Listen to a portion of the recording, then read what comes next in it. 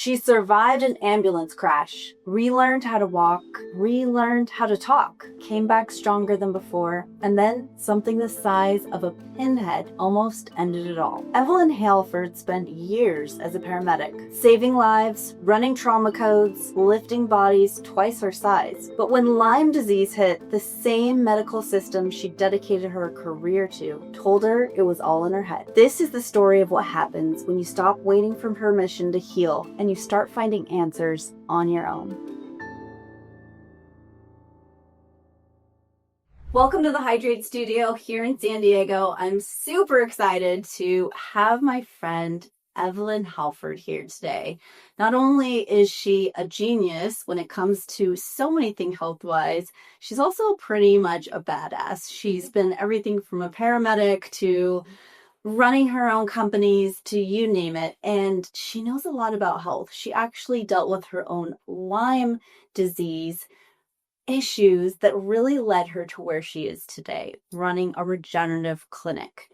And I wanted to talk about her story today, so I invited her here. So welcome, Evelyn. Thank you for coming. I'm so excited to be here. We have so many great conversations, and I was like, always think like, oh, this could help so many people. Absolutely, yeah. I'm so proud of it. So everyone gets to be like a fly on the wall listening to our conversation today. Yes.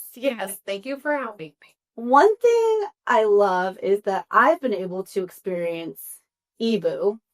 And you offer this at your clinic, and I know it's such a buzz right now. Can you tell everyone what EBOO is really quick before we get into your story? Sure. EBOO is extracorporeal blood oxygenation and ozonation. That's a lot.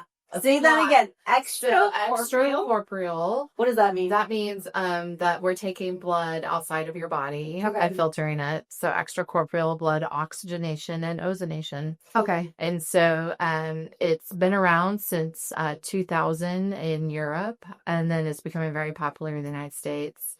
When we first started with EBOO, and when I found EBOO myself, there was only 5 machines in the United States. And now there's a couple hundred. You went to Mexico to get your treatment. I did. I found a German physician in Cabo to get my treatments, and she had actually built her own EBOO machine because finding one that's safe is really hard. There's EBOO machines out there, but not all of them are created equal. And so being the science nerd that I am and having a background in hyperbarics, I just wanted to make sure that I was going to have the safest machine possible. Doesn't make sense to be filtering toxins out if you're going to be putting them back in. Yeah, exactly. Mm-hmm. So I love that I was able to experience this, but what made me really want to try the EBOO was your testimony. Your testimony was so powerful, how you were dealing with Lyme and how it was so devastating for your life, from being someone who's a paramedic,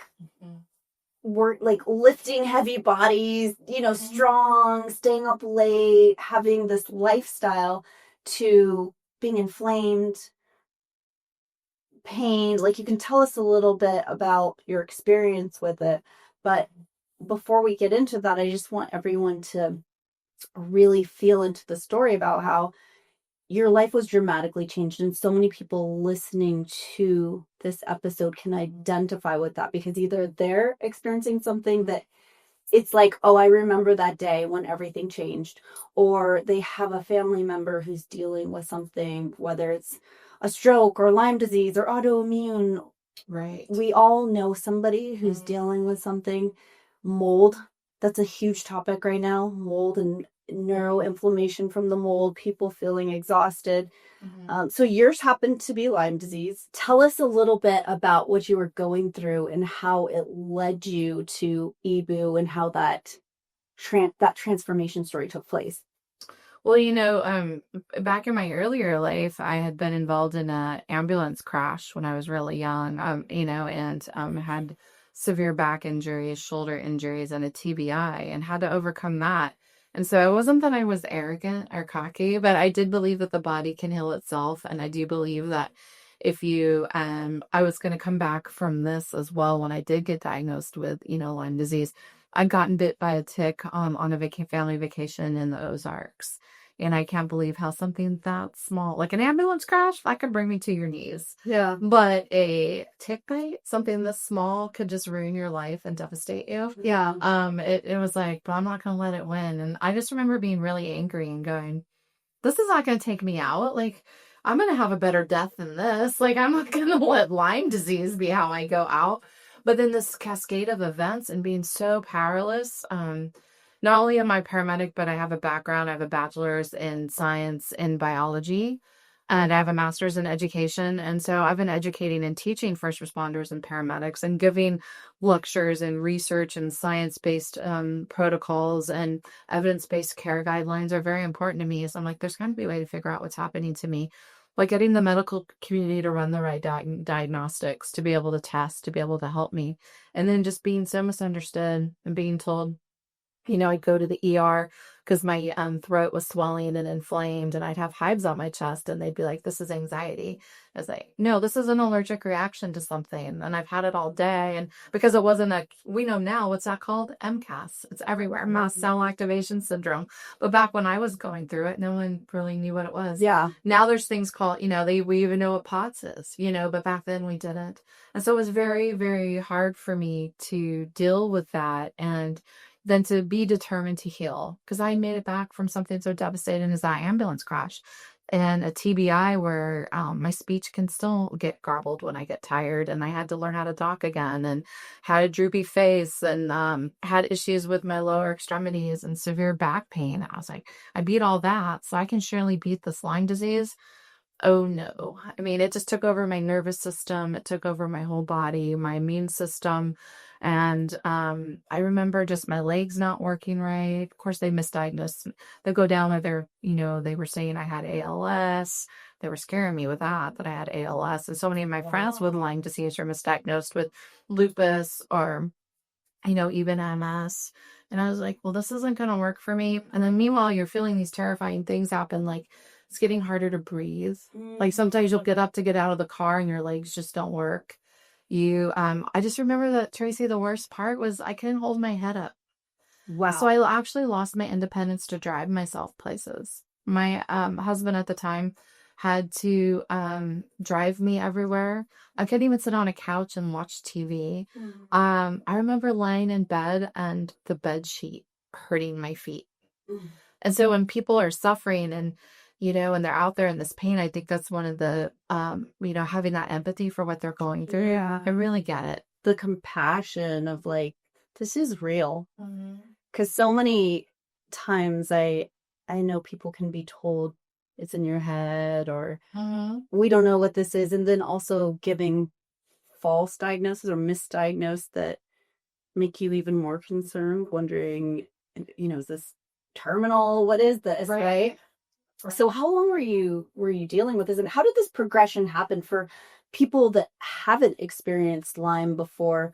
How did this progression happen from the moment you got bit by the tick? How did to the time where you can barely hold your head up? How long was that time frame? It was over about 6 months. Okay. I had That's pretty quick. It was very quick, but I had a lot of external stressors. I had a job that was not going well, and I wasn't being treated very well there. And so I had a lot of, I had a lot of responsibility, and I had a lot of things going on. And so I had the stress professionally. And then I had relocated from California to Arizona to be with my husband at the time, and that was stressful. So I had like some of these other external stressors. So I think that I don't know if that played a part. A lot of people will say yes, and we know now that emotional stress can trigger Lyme disease and some of these autoimmune conditions. So I want to think that that's probably what the trigger was. And also, I had lost my nephew. He was a veteran, and he had committed suicide after a few tours in Iraq. And, there was a lot of emotional trauma there too I was dealing with. And so I was just kind of all cascaded at once on me. And I feel that my body was just triggered. And then it was just this cascade from the MCAS to the POTS. Well, little did we know I had struggled with thyroid issues and had some nodules. And when I started the Lyme disease, I kept a lot of this that was going on was thyroid related because I would be hypothyroid, then I'd be hyper, then I'd be hypo. And when the doctors were, so I had Bartonella, which is a co-infection of Lyme disease that makes you, it's cat's catch fever. It engorges your lymph nodes pretty extremely. They were palpating it and they found that I had stage 2 thyroid cancer. Wow. So that was happening to me as well. So when I got bit by the tick and I didn't get a bullseye rash. I just had a nasty ulcer type sore that wouldn't heal correctly. And it was this doctor in the small town in Arizona where I was living. I'd been to some other allergy specialists and infectious disease doctors, and no one could figure out what was going on with me.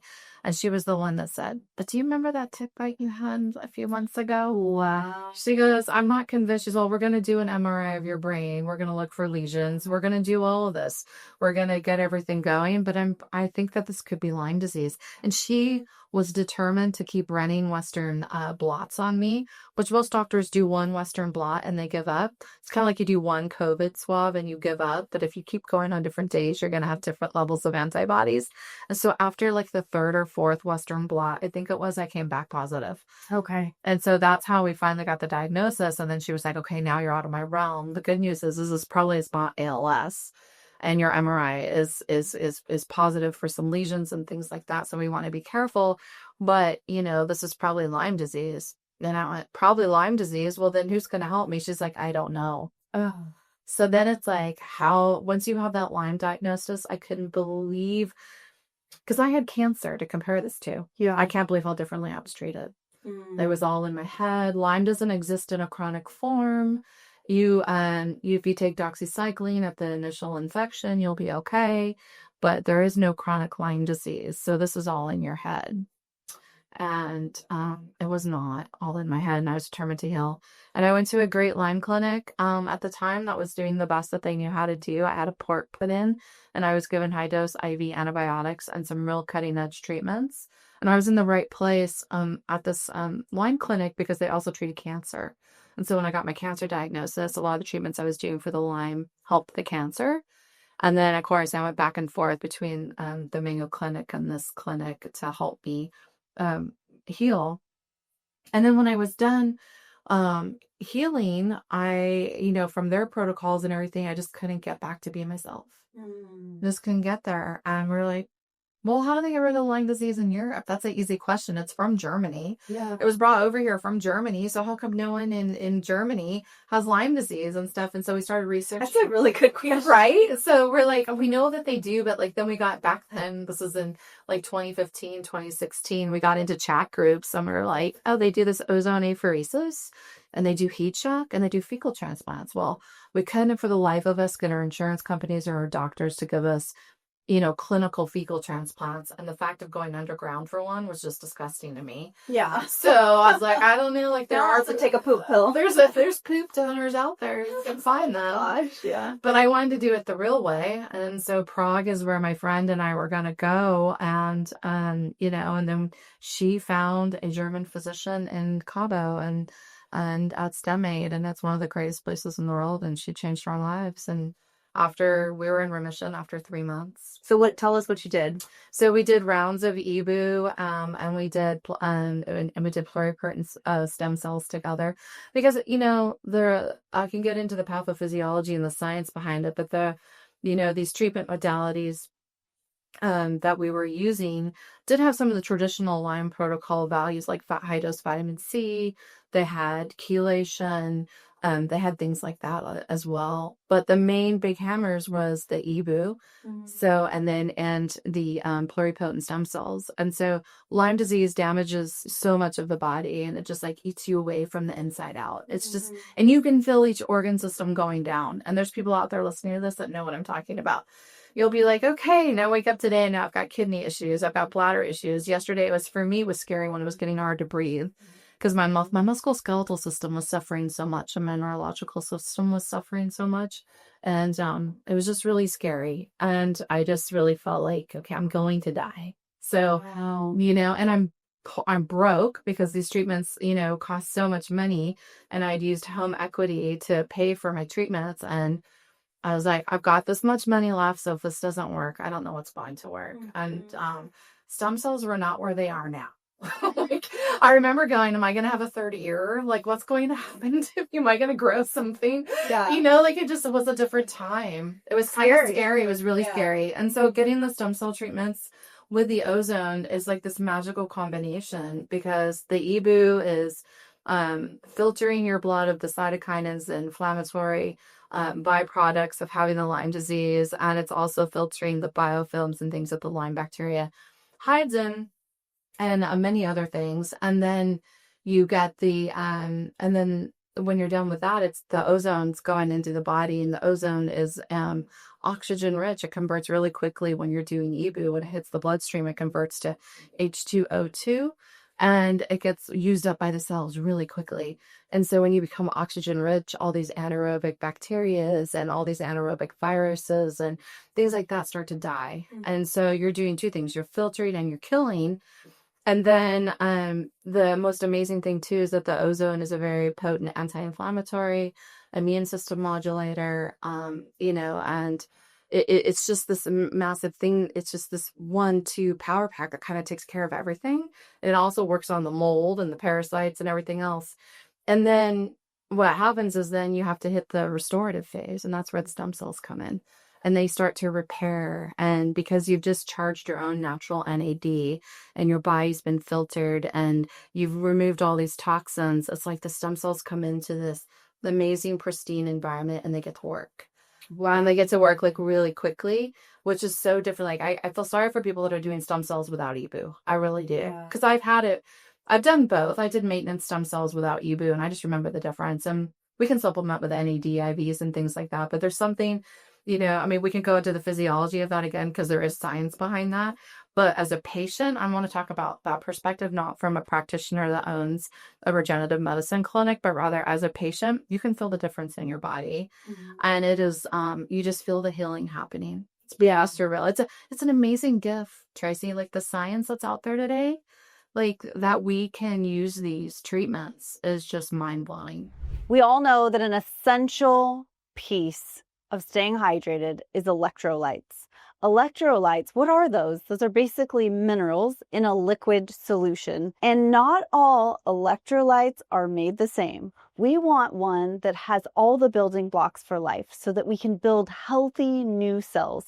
And the way we do that is having all of our minerals and trace elements balanced and complete. And that's why I love Quinton minerals. Not only do you get all 78 trace elements that your body needs, but Quinton is cold processed and harvested during the plankton bloom on the ocean's floor, where there's so much bioenergetic information that pertains to life. And they capture that information in this double tip ampule. So all you do is open the ampule, put it in your favorite drink, in your water, or you can even put it under your tongue. Yeah, so you went from thinking you're going to die, you got a life, your whole body, you have really no control of many aspects of your body. And then you go down to stem aid in Cabo. How many EBOO treatments did you get? How far apart were they? I did 4. I think I did 4 weeks of EBOO treatments. You do 1 EBOO a week, and you get stem cells several days a week there. So you get IV infusion, you get of pluripotent stem cells, and that combo together. And then you get a little stem cell facial too, which is nice to have that done, because I had a lot of facial paralysis. And so I had extra stem cell facials because Dr. Hanley was really nice trying to get my facial paralysis to correct and things like that, especially my the cranial nerves were very affected for me. So I had a lot of vision issues. My face was lopsided. I had swallowing issues. I mean, it was getting hard to swallow at that point, and hard to breathe when I went there. And so just very, and I'd done a lot of treatment before. I'm not saying the other clinic didn't help me. They got me to a certain point. Then I just needed that one extra point. And what we find with a lot of Lyme protocols is they do a really good job of killing. Mhm. and getting and killing the bacteria, but then your detox pathways are trashed, all of them, not just your detox pathway number 2, which is what we tend to focus on a lot. There's other detox pathways, and they've been so overloaded that they don't work. And so you can kill these things, but if a patient isn't able to detox them out, they're even going to feel worse, and it just lives in the body, gets in the tissues, and it loves fascia. And I believe it really travels in the lymphatic system too. Yeah. And we see that with our patients and the bile system, because you're going to go blood, lymphatic, bile, right? So down at there, that was also where we learned the importance of detoxing into the protocol too, because Dr. Hanley was very big on that. So we Yeah. were doing body work and we were doing things like that. So it was real important to me, but for all of that to come together and to work. And so we just said, oh my gosh, everyone needs to know about this. Like we have to come back and tell people. And it was a very hard journey, you know. Yeah, how did you do that? How did you bring EBOO to be more prominent in the US? I have to credit my friend Angie Villadesio and Stratus EBOO, because she didn't give up. She was a warrior. She just fought and fought and was like, no. She's an RN that had a detox studio, and we went through our Lyme treatment together. And I used to call us Lyme sisters, but you can't anymore, because we're like, you don't want to own that you had the Lyme. You gotta let that go. So anyway, but I was just in awe of her, determined to bring this treatment to everybody, and she just didn't give up. And when she couldn't get a safe EBOO machine in the United States, she just said, I'm going to make my own. And I just sat back. I was still working as an EMS coordinator for a fire department. And I was like, I'm happy in my career, blah, blah, blah, and all this stuff. And I just watched her charge this battle, try to get ILADs to listen, try to get the Lyme community to actually listen. And then COVID happened. And COVID was a game changer for EBOO and for the treatment stuff, Yeah. And I actually remember my doctor at the Mayo Clinic saying, Evelyn, if there's one thing the pandemic's going to do, it's going to be tick-borne illnesses. It's going to cause people that have had all these chronic illnesses that have gone under you have fibromyalgia, you have chronic fatigue syndrome, you have all these things, they're actually going to have to be forced to address them. And we went underground and treated people with COVID, and just, of course, like a patient in a clinical setting having ECMO, when you flood the body, with oxygen, we were reversing COVID, and we came out with an amazing, but we couldn't say that. They were like, we were being censored left and right. We couldn't put anything on our websites. We had to be really quiet. We started to do spike protein detoxes and really help people. And then that's when I just said, okay, if I don't do that, I turned 50. And I just said, if I don't do this now, I'm never going to do it. This treatment can help so many people. And I just want to do that for the rest of my life. And so I just jumped. I just jumped and said, okay. And then at that point, like my friend Angie, my gosh, she had just done so much work. There were 5 EBOO machines in the United States, and we were getting better protocols, and we were working with doctors from across the world, in England and in Mexico, of course, with Dr. Hanley. And we had a lot of expert physicians coming together and creating really good treatment protocols with EBOO as the large hammer, with being able to optimize that tool and use it with IV protocols, and then just getting amazing results for our patients. And I was like, I just is what I want to do. Yeah. So there it goes. Because that's really smart to do when you're 50. Just like give up your retirement, and all yours in savings and everything, and start and go out there. But that's how passionate I am about these treatments and how they can help people. Yeah, I believe that one of the biggest things that drew me to you was how passionate you can feel, the passion in your story, how transformative this has been for you, and how excited you are to share it with other people, because you do have that compassion and understand that there are many people dealing with things that have taken over their body, where they're not able to perform the way they used to. And I think mold is another big one, right? Yeah, and it's like one of those things, like I was focusing on Lyme because I had the obvious tick bite, but a lot of people end up finding out that the reverse, because we know that mold, the mycotoxin illness, parasites, and Lyme all kind of go together. We call it the trifecta. And so, like, and that's a lot of that is because of what we were talking about before, where your detox pathways just become overwhelmed. And you start where you could clear toxins when you were sleeping in a house or in your mold or walking in a building or walking by pesticides that didn't bother you. But as you accumulate them and accumulate them, it's almost like I call them my friendlies, like I'd be like, oh, and there's Roundup over there. I'd try to have a meal at a restaurant, an outdoor restaurant, and I would just all of a sudden break out in hives, turn red, and I couldn't go to a movie theater. Movie theaters are full of mold and toxins. I would start to have what's called a Herxheimer's reaction and wouldn't be able to breathe. It was like your body's it just can't handle anything. It can't handle it a little bit more. Yeah. Because your detox pathways are so full. It's so full.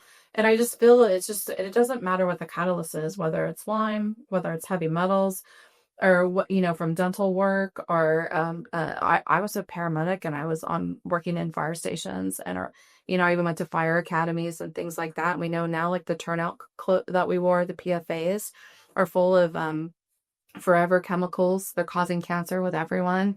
And, I think about things like that. And it's like the environmental toxins I was exposed to during that time too. And during the fires, you're breathing it. Well, I mean, you have the mask. Yeah. But I was actually, like right after I never made it to actually working as a firefighter, but I had to still do all the drills and wear all the clothing and everything. Well, I went to the fire academy because I got hurt in my ambulance crash, pretty quickly. But I do think that the firefighters now are suffering from that too. And what we're seeing is that environmental toxins lead to cancer, and cancer has I don't want to break it down into the medical part of it, but it's viral in origins, and it behaves a lot with viral properties. And I know there's doctors watching this right now that could explain it better, but I'm trying to keep it how I was looking at it. For me, was that I have no doubt in my mind that the thyroid cancer and everything I had was from my dental fillings, was from heavy metal exposure, and I had a lot of mold exposure. I grew up in Southern California. I lived close to the ocean. It was like I was surrounded by mold, which my body could handle every day, all day, until it couldn't, until that tick bite. And so sometimes it's also, and then the parasites. I still to this day will not believe what came out of me during all my protocol cleanses and everything like that I was doing. I was trying to kill Lyme, but wow, we got all life stages, that's for sure. And so I would just be like, my mouth just wide open. But we call it the trifecta.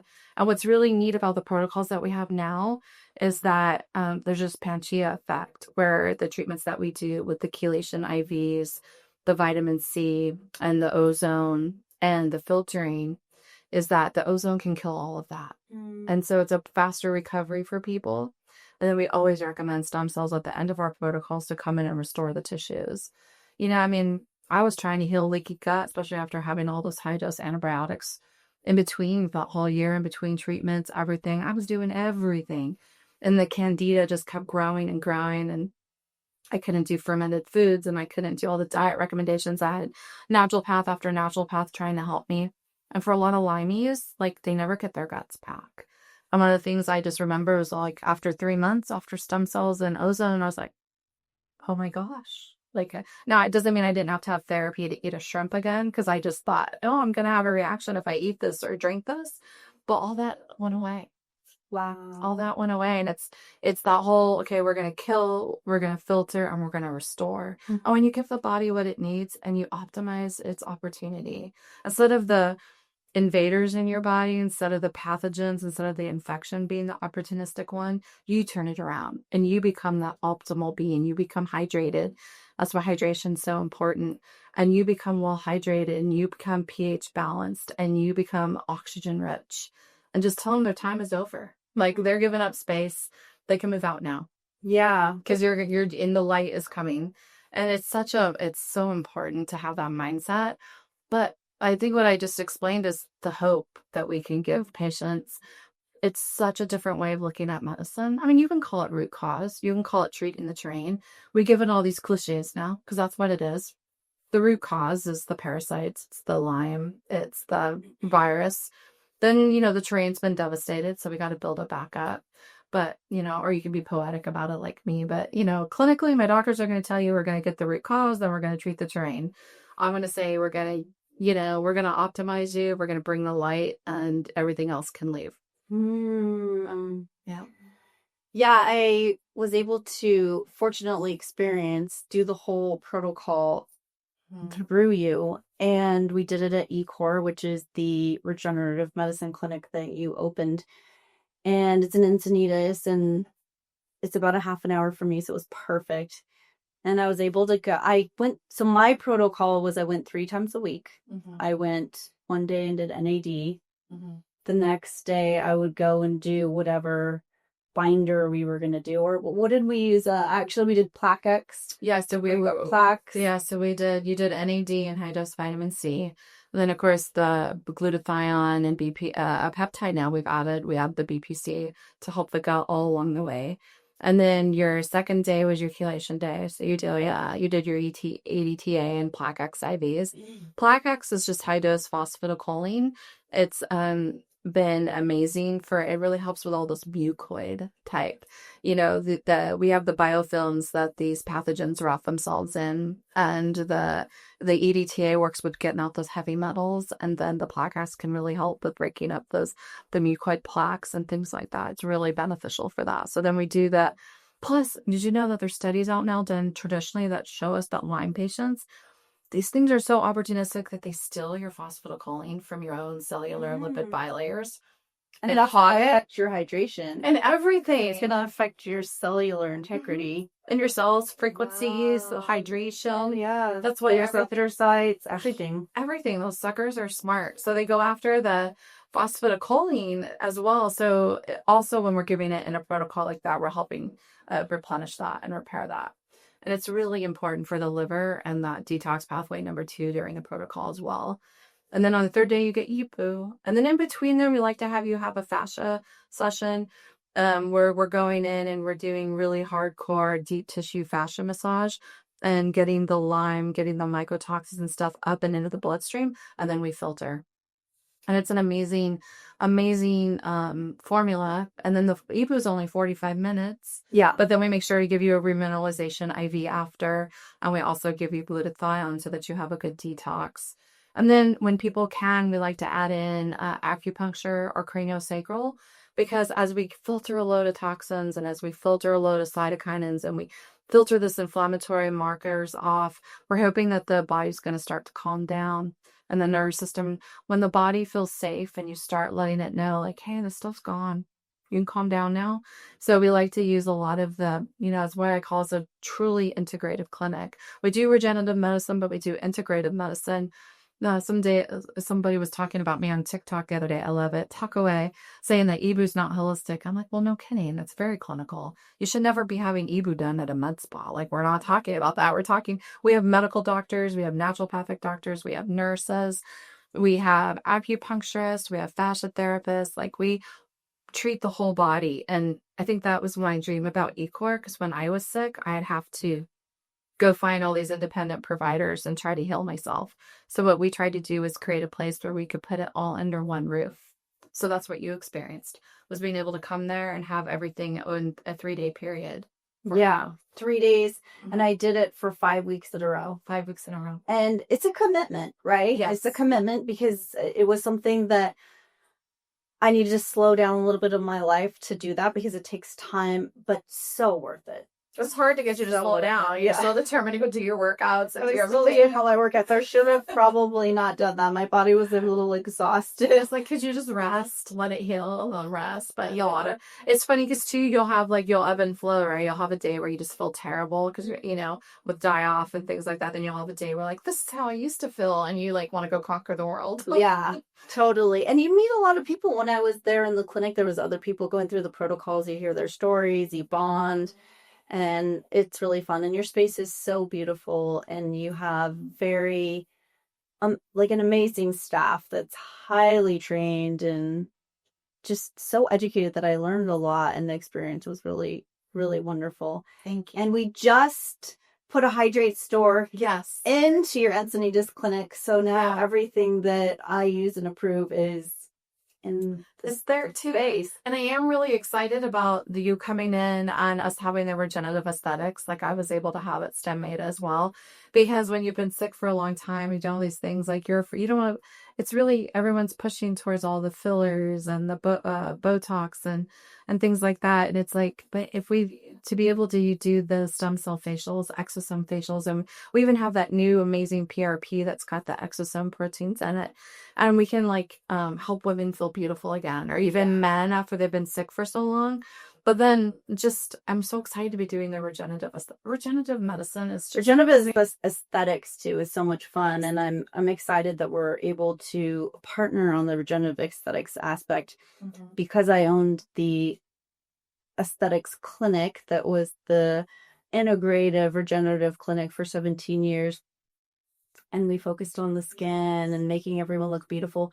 So when I would come in to your clinic getting the EBOO, how many of your patients were asking, what do you do for your skin? Everyone. And so I was like, Evelyn, we need to, this, since it's something that literally everyone was asking about. I don't think there was one person that wasn't like, what do you do for your skin? I want my skin to look good too, because so many people's bodies were depleted and they weren't just thinking about their body being healthy. They want to look good too. Right. So we decided that we wanted to add that piece because sure, you could do some Botox and fillers, but that's not really going to, in my opinion, make you look more alive and radiant again. No. We need to rejuvenate. Yeah, and we're doing that from the inside out, but also adding the stem cells, the hydration, and bringing all the oxygen-rich, like clean blood to the surface. And then doing fillers that are natural, like peptides and structured water and frequency-based things that are going to help hydrate the skin and fill your extra cellular fluid with stuff that's like looks plump and hydrating that your body recognizes. One of my favorite things to do when I prep for the gym is to get my blood moving. And the way that I do that is by reducing inflammation and adding some nitric oxide to my blood. I love HydroShot. Not only does it taste delicious, but it has hydrogen gas infused into the can, as well as natural occurring nitric oxide from watermelon rind with green tea, and it's 0 calories. Yeah, and it's so amazing too because the skin is our largest organ. So the thing when you've been sick or you've had these issues that of course your face reflects the rest of what's happens. And it's one of those things too. And then not to say that our treatment protocol, I mean we can get we can cause some flares, right? Acne flares, things like that. So it's just so nice to be able, that's what the inspiration was. But now I'm excited to be able to bring that to younger. I feel like if I knew then what I know now, like I never would have done some of these things I've done to my face. Like I just can't believe that we can actually have these treatments available and how they work. It's about, like you're saying, we're going to get down to the cellular level. We're going to optimize the skin. We're going to have you look, the anti-aging industry is just huge and everyone's got an opinion, but gosh, just see the transformations. It's like remarkable. It is. And I'm so grateful that we have this opportunity to be in this industry where we get to be at the forefront. We're working with a NASA scientist to build a laser to help with the frequency so that the special fluid that we're injecting that is all regenerative and natural is going to upgrade the tissue.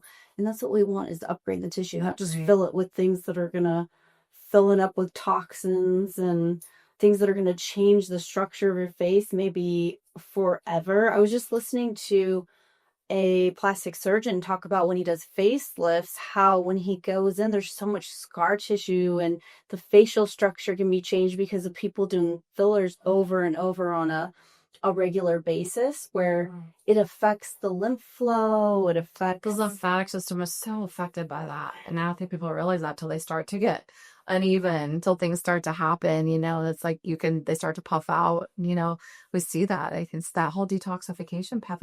Your skin's a major detox organ, right? You got to detox through your skin, but then the lymphatic side of that's pretty bad. Yeah, what can happen? And they get puffy eyes, they get all this, what's happening, edema on their face and everything. And it's like, oh my gosh. Yeah, how many women have you seen that got under eye filler and then it's really puffy and they have to get it. So a really interesting phenomenon I've seen is when they have the molded mycotoxins, especially like, I mean, there's a lot of entryways from mold into the body, but this is very interesting observation. And so I think it's something worth talking about is not only do they have sinus infections, but like, so the foods you eat are going to, pollute your gut with mold. We know that now that there's a lot of our foods that are heavy with mold.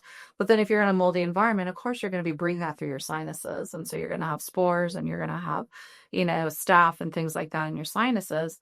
So when we start to kill that, the ozone will go in there and start to break that down and actually kill that, which we want it to do. But if they've had filler, their eyes will water, things like that will happen. And they're like, wow, the number one thing I hear every woman tell me is like, I've had a sinus infection for 2 years and I haven't been able to figure it out.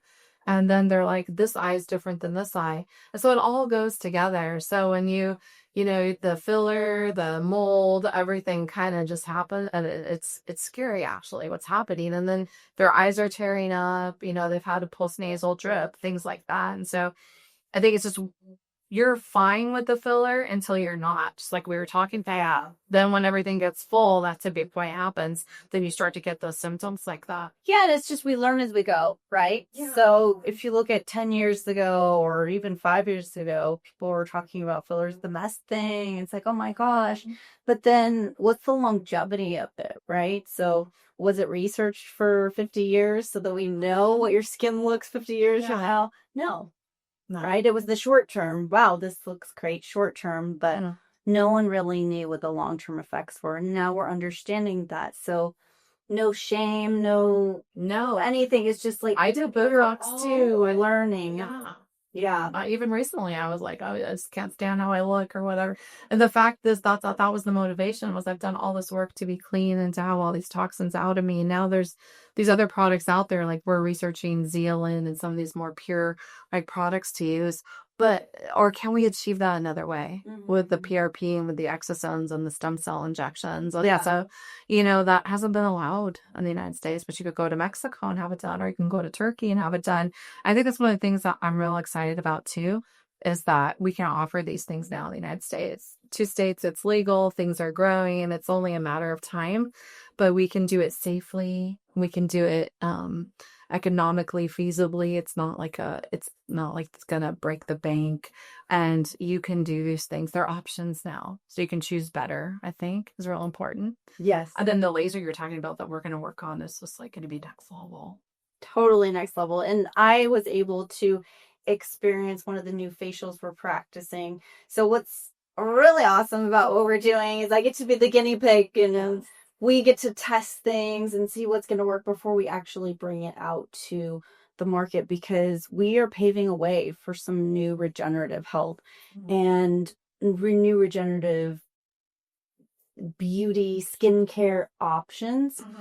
And so we've been experimenting. Yes. And that's been really fun. And I've seen so many amazing changes and upgrades with the things we're doing. And I'm excited. I'm excited to be the beneficiary of it. So then I get to share it with the whole Hydrate community. We get to share with the eco community and with as many people that want to have an upgrade to their skincare and a natural, healthy, regenerative longevity, yes. Yeah. And men too. I think the men are gonna love what we're working on too. 100%. What I've learned about men from when I owned our clinic was that a lot of women would come in and the husbands are there and they're kind of snooping around and they're like embarrassed to ask. I think more now men are a little bolder about it. But when I started my clinic, in 2007 or 6, it was 2006, there wasn't a lot of men coming in to do that. And now so many more are, but they were always interested, right? And I want to look good too. Everyone wants to look good. Everyone wants to look fresh. Everyone wants to look alive and hydrated and youthful. And so I think that it's been something that I've always loved to experiment with. And one of the things that I noticed when we had our clinic was the biggest thing that brought life to the skin was that oxygen, that nutrition, the blood, the lymph flow, the drainage. you think about water when you're at a living spring and it's flowing and it's fresh and it's bringing in all the nutrition and letting off all of the toxic, caustic things that shouldn't be there in its whole ecosystem. You're right. It's got the rich oxygen and the hydrogen, and it's because it's flowing, it's moving. And if we're making our face not flow and not move, and there's stagnation, and there's things that are damming it up or, freezing it, what's that going to do? That's not bringing the life to it. So even like the facials we would do where it's like really heavy massage, a lymphatic massage, we were doing that 17 years ago, I feel like you were really before your time. Yeah, we had some really amazing experimental things that we were doing, and I would always look to different countries. Yes. We looked to Korea, we were looking to Europe, we were looking, what are they doing? Because actually estheticians have such a higher standard for their training than we do here in America. Most of the estheticians, when they would come to me fresh out of school, they didn't even know how to do an extraction. And I'm asking them, what did you learn in esthetician school? And it was really about sanitation so they could pass state board. The test that their training was mostly about how to pass state board so they could get the license. Wow. But they didn't know a lot about the skin or what's under the skin, the fascia system, the lymphatic system. It's like there wasn't really, I don't know if schools are more upgraded now on that, but it was disappointing. Very much so. So then you go get a facial and it's like, they're patting your skin or just, it feels a little good, but they just didn't really know what they were doing. So we combine that at eCore. That's what we're talking about right now. So because of your passion right there, Tamara Renee with her Tamara Renee medicine. Amazing. I said her fascia facelifts. I know they're phenomenal. So like we have that whole package where you're going to do that a day before, or a couple of days before, and then your skin's going to be hydrated. It's going to be ready. Just like when we get the body ready for the stem cells, we optimize it. We're taking that same approach with doing them on the face, and giving them to your body. And I mean, if you really want a good effect, we'll put a few in your body at the same time. You're going to get them on your face because then it's like boom, boom. Yeah, I know, but we're working so hard to come up with the signature facial that's going to include the fascia and the lymphatic work because that's such an important thing. What are some things in regenerative medicine that people might not know about? Some exciting new science or something that you want to share with the community?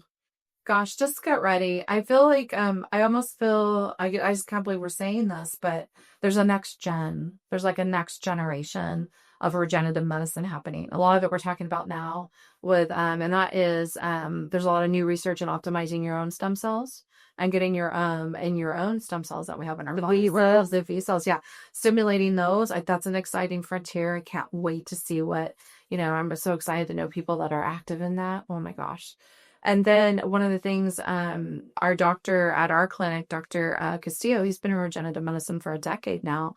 And he was just, went to Austin to get certified. There's very few doctors certified in this yet, but it's working with their placental-derived proteins.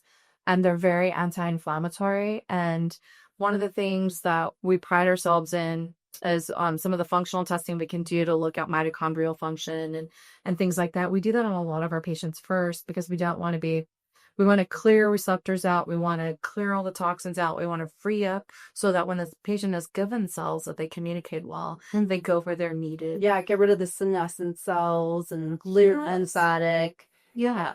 So that they do what they're supposed to do. It's a big investment, And so, plus we want to have really good results. So these little suckers that are out there now, they're just so amazing. And I mean, I'm excited because he's teaching me about them, but he was even blown away. He's a really good injector. So he was teaching doctors how to inject knuckles for patients with rheumatoid arthritis. And he said that almost everyone that came through, so they had a lot of volunteers there, and it was for the Rheumatoid Arthritis Association, had a reduction in their pain within a few hours. Wow. And so they're very anti-inflammatory. They improve cell communication. And what they are is the byproduct, or they're the proteins that are found in of the stem cells and of the exosomes. They're not, exosomes are small vesicles. So these are the proteins from those vesicles. And so that research is phenomenal to see how they can work even better. So that's what I call that next generation, like next gen. So frequency, I think, is going to be important.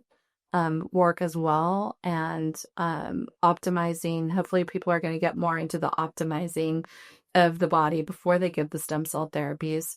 And then the other thing that I'm really proud of is that safe practices and having ethical standards when using these products, so people don't have to worry. People will call and ask about stem cells, and I hear some crazy things that they've heard before about where they're harvested and where they're from.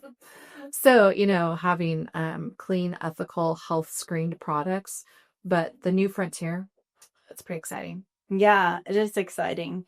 I'm so glad you're able to be on the show today. If anybody has any questions or they want to learn more, go to the show notes and there will be information on Evelyn's clinic, how you can connect with her, and you can always reach out to me on Instagram or send me an email at hydrate@tracydeuce.com and learn more about what we're doing at Ecorn with Regenerative Beauty and Health. Yes. Thank you so much for having me. Thanks. I love you so much. Thank you.